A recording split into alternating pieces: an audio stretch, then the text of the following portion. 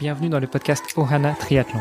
Je suis Hermano et avec Olivier de Scooter, chaque jour de la semaine, en quelques minutes, nous vous expliquons comment débuter, progresser et enfin performer dans le triple effort. Aidez-nous à faire grandir la communauté en partageant ce podcast au plus grand nombre et en laissant une revue et une note sur Apple Podcast. Ça nous aide vraiment à progresser et à monter dans les classements. Allez, assez parlé, place à notre épisode du jour.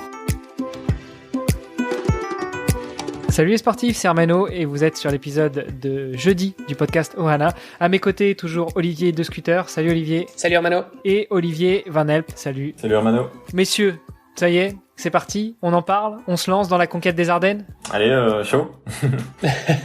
Alors Olivier, s'il te plaît, explique-nous ce que c'est que cette fameuse conquête des Ardennes dont on a rapidement parlé lors des 2 premiers épisodes de cette semaine. Qui l'organise? Pourquoi? Comment, d'où est venue cette idée? Te connaissant, après 2 jours à discuter, j'imagine que ça monte. Donc, il faut que tu nous en dises vraiment plus. Ok, allez, je vais tout balancer là aujourd'hui.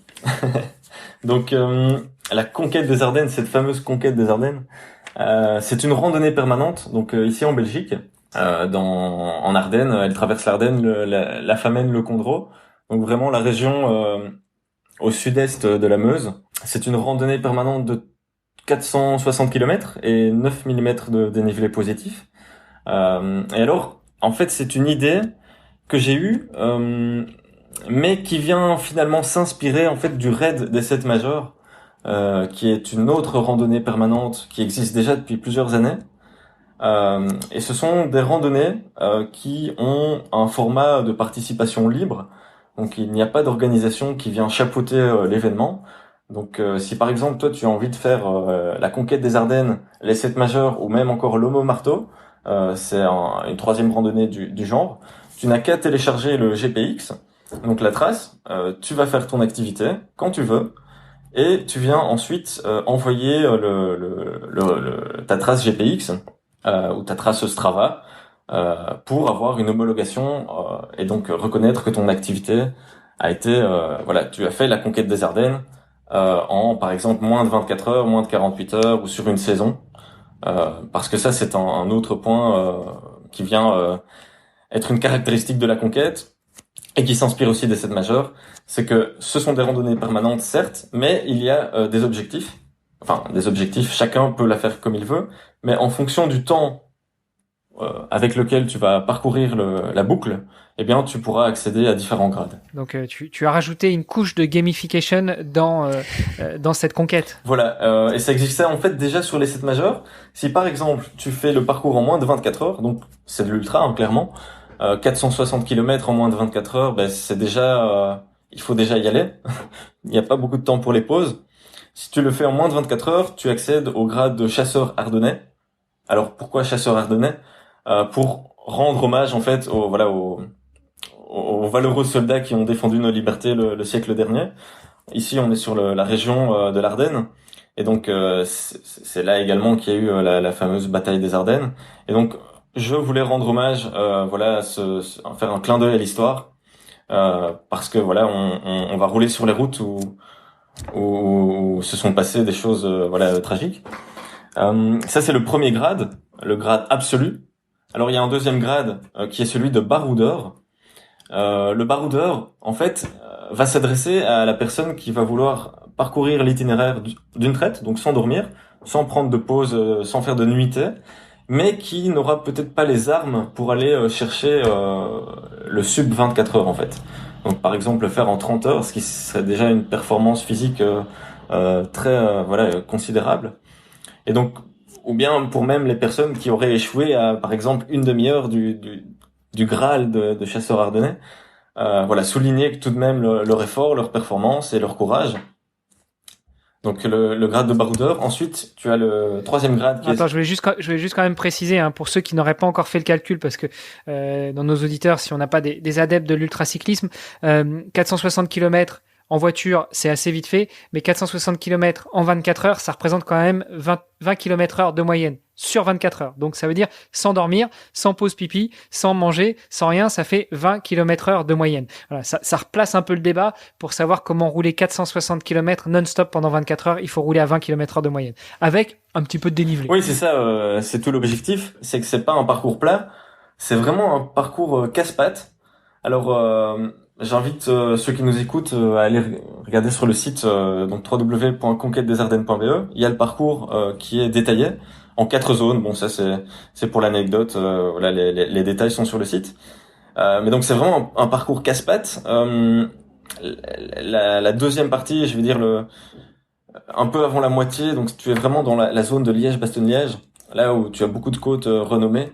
Alors ici, l'objectif, c'était de supprimer en fait toutes les parties, tous les tronçons plats de Liège-Bastogne-Liège.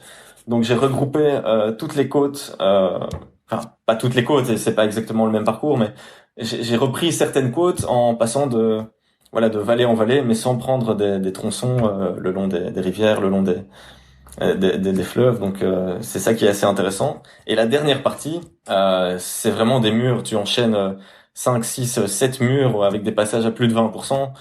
Donc là, c'est vraiment au courage et à la niaque avec ce qui va te rester dans les jambes, de repousser la crampe au maximum. Il y a quand même quelque chose d'un petit peu sadomaso parce que les derniers murs, enfin, on parle de derniers murs parce que justement ils arrivent en fin de parcours quand même. Ouais. Alors c'est vrai que ça c'est aussi une petite particularité. T'aurais pu la faire dans l'autre sens quand même. Mais justement, déjà oui, la conquête des Ardennes se parcourt uniquement dans le sens horloger, pour aller chercher les côtes dans le bon sens, évidemment. Deuxième particularité, c'est que je propose aux participants de commencer à Oui, donc là où tu as le fameux mur de Oui. Alors ça c'est le mur final, hein, donc pour le Graal absolu, bon, c'est pas la côte la pire du parcours, mais bon tout de même après 460 bornes, elle va piquer. Et donc pourquoi dans ce sens-là? Parce que justement au départ de Oui, tu as 90 km qui sont assez, il y a du dénivelé, mais c'est assez calme. Ce sont des côtes vraiment amicales. Et puis tu pars dans la zone de Liège-Bastogne-Liège. Ensuite, tu vas dans l'Ardenne profonde, dans les forêts, les belles plaines, etc. Et à la fin, vraiment, tu as les murs pour corser le tout. Une fois que tu es vraiment bien fatigué, que t'en peux plus, la langue qui lèche le bitume, eh bien voilà, tu dois te coltiner voilà, une petite série de murs. Je recommande des développements assez faciles en termes de plateau vitesse pour participer à la conquête des Ardennes. Pourquoi est-ce que tu l'as fait dans ce sens-là? C'est juste parce que à la fin, on est censé avoir mangé, bu, fait son pipi, son caca, donc on est plus léger, donc c'est plus facile à monter, c'est ça? Ah, ça pourrait être une explication. Non, je l'ai fait vraiment par principe de sadomasochisme, hein, donc. Non, mais c'est vraiment l'objectif d'avoir fait un parcours difficile, au plus difficile possible. Et je pense qu'en Belgique, avoir un tel ratio dénivelé au kilomètre, c'est compliqué d'avoir plus. Tu pourrais avoir plus en faisant, par exemple, un Everesting sur la même côte. Ça, oui. Si tu fais 400 bornes de mur de oui, là, tu vas avoir un ratio dénivelé qui est plus important. Mais si tu peux passer par des régions différentes et ne jamais faire la même côte, c'était d'ailleurs pas si facile, hein. C'est des heures de selle de préparation. Je connais la région parce que j'y habitais quand j'étais ado.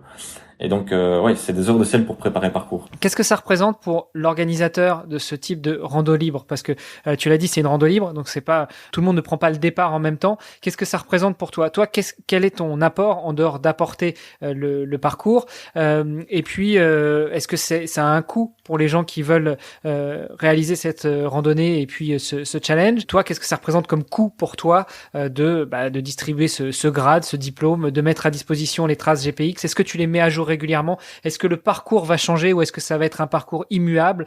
Qu'est-ce qui se passe si tu as des travaux sur le parcours? Est-ce que tu as mis en place une veille sur le parcours pour être certain que tes participants ne seront pas embêtés par une impasse improvisée en plein milieu de la route? Alors, je vois Olivier qui note là parce que ça fait beaucoup de questions.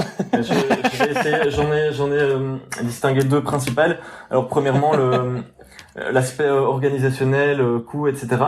Alors bon, c'est sûr que moi j'organise cette conquête des Ardennes, j'ai quand même pas mal d'heures de travail là derrière. Le fichier GPX, il est libre sur Strava, sur d'autres sites où tu peux le télécharger gratuitement, ça y a pas de problème. Donc si par exemple toi t'as envie de faire la conquête des Ardennes mais t'as pas forcément envie d'être dans le tableau final des finishers officiellement, tu peux quand même aller la faire. Moi les routes sont à tout le monde, donc tout le monde peut aller rouler sur les routes de la conquête. Maintenant, c'est vrai que je propose une formule où le participant s'inscrit officiellement, c'est 15 €. Donc avec ça, il a la trace GPX et aussi il reçoit un petit finisher prize à la fin. Donc une fois qu'il aura son activité homologuée, il va recevoir un écusson brodé avec son grade, donc soit de chasseur ardennais, soit de baroudeur, soit de sanglier des Ardennes, soit de marcassin, dépendamment du temps avec lequel il aura parcouru la boucle. Et aussi un petit sticker vélo vinyle. Tu vois que tu sais coller comme on peut coller les noms prénoms avec le drapeau. Donc c'est deux petits trucs que je vais envoyer moi. Et alors j'espère aussi faire des maillots, mais bon ça sera peut-être plus pour la fin de saison. Donc continuer à développer la conquête des Ardennes, non pas pour en faire un événement sportif mercantile, mais pour offrir des possibilités aux participants de bénéficier de petits prix ou c'est bon. Il y a plein d'idées dans la tête que je dois faire une ligne directrice pour les mois à venir, mais pour l'instant, c'est le présent, c'est ça quoi. Ok. Alors si jamais tu veux faire des maillots, des trucs comme ça, je peux te mettre en relation avec un gars qui s'appelle Olivier aussi. Je fais des trucs pas mal. Si jamais ça t'intéresse. Ouais, je connais. J'ai l'adresse. Et du coup, aujourd'hui, ça représente quoi? Parce que c'est assez récent en fait, la conquête des Ardennes. Bon, tu nous l'as annoncé il y a quelques semaines, mois peut-être, mais c'est assez récent finalement. Ça en est où aujourd'hui? Il y a déjà eu beaucoup de participants? Bon, on est dans une année particulière. Enfin, c'est la deuxième année particulière. Il y a un grade qui sera pas accessible pour l'instant à cause des normes sanitaires et des couvre-feux régionaux. Ici en Belgique, notamment. Ça dépend les régions, mais la nuit, tout le monde doit être chez soi, donc parcourir le parcours en moins de 24 heures, ça sera déjà pas possible. Maintenant, on a déjà eu 8 participants qui ont fait la conquête des Ardennes en 2 jours. Donc là, ils sont partis de 8. Ils ont fait une nuitée à La Roche-en-Ardenne. En fait, La Roche-en-Ardenne, c'est une petite ville touristique assez sympa, mais assez authentique. Et donc, il y a pas mal d'endroits pour loger à cet endroit-là. Donc oui, on a eu 8 participants pour l'instant. Il y a presque 40 inscrits pour mars, avril, mai. Et alors ça arrive au compte-gouttes, mais pour l'instant c'est difficile aussi avec la météo. Les circonstances ne sont pas favorables. Il faut dire que les 8 participants, ils ont tous pris la route en hiver, quoi. Donc c'est avec les jours qu'on connaît aujourd'hui. C'était il y a pas très longtemps. Ah ouais, c'était même le 27 février les premiers. Ils sont partis donc à 6h30 du matin. Ils étaient sur leur vélo, mais température négative. C'était horrible, hein. L'avantage c'est que quand tu fais des côtes ça réchauffe. Ouais, mais quand tu les descends, non mais ils ont été très courageux. Bon, c'était des week-ends où il a fait beau, tout de même, il a fait froid mais il a fait beau. Donc ils ont quand même profité et les retours étaient très positifs à la fois sur les routes, les paysages et l'ensemble quoi. Donc la difficulté allez voir sur le site les retours sur la page Facebook. Ça peut donner envie. Alors, fais-nous rêver, est-ce qu'il y a de la parité dans tes participants pour l'instant ou ce sont que des participants S et pas des participants T? Pour l'instant, ce ne sont que des participants. Le fruit du hasard, je pense que on aura des participantes très bientôt et je l'espère d'ailleurs parce que avis à vous mesdames. C'est un challenge qui s'adresse à toutes et tous. Bon, à ceux qui aiment le dénivelé, donc peut-être pas à tous quand même. c'est tout de même une restriction.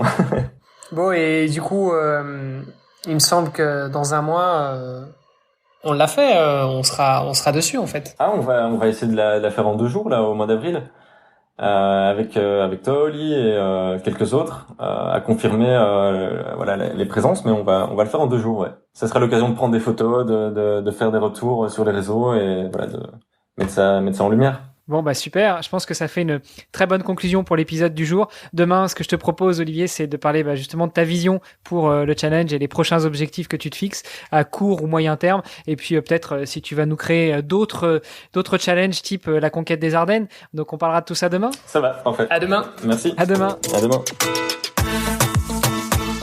Vous avez apprécié cet épisode? Alors taguez Ohana_Tree sur Instagram et si ce n'est pas déjà fait, laissez un commentaire sur Apple Podcast.